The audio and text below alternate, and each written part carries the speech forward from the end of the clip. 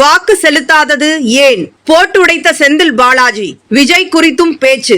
வாக்களிப்பது தனது ஜனநாயக கடமை என்று குறிப்பிட்ட திமுக மூத்த தலைவர் செந்தில் பாலாஜி தேர்தல் நாளன்று கரூரில் நிலவிய பதற்றமான சூழல் மற்றும் எதிர்க்கட்சிகளின் செயல்பாடுகள் குறித்து அதிரடியான கருத்துக்களை பகிர்ந்துள்ளார். மதியம் 3 மணிக்கே வாக்களிக்க திட்டமிட்டு புறப்பட்டதாக கூறிய அவர் பல வாக்குச்சாவடிகளில் அதிமுகவினர் அத்துமீறி உள்ளே அமர்ந்திருந்ததை சுட்டிக்காட்டினார்.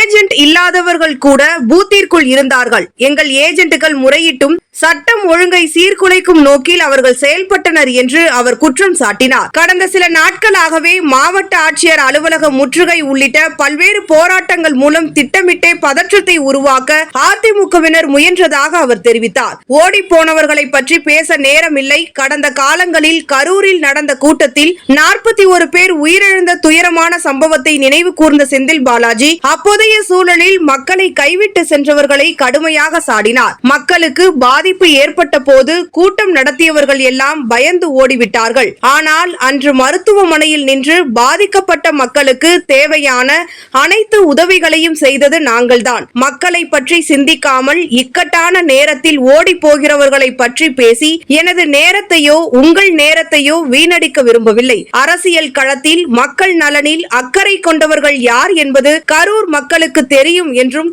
தேவையற்ற மறியல்கள் மற்றும் வீண் புகார்கள் மூலம் தேர்தலை திசை திருப்ப முடியாது என்றும் அவர் தனது பேச்சில் உறுதிபட தெரிவித்துள்ளார்.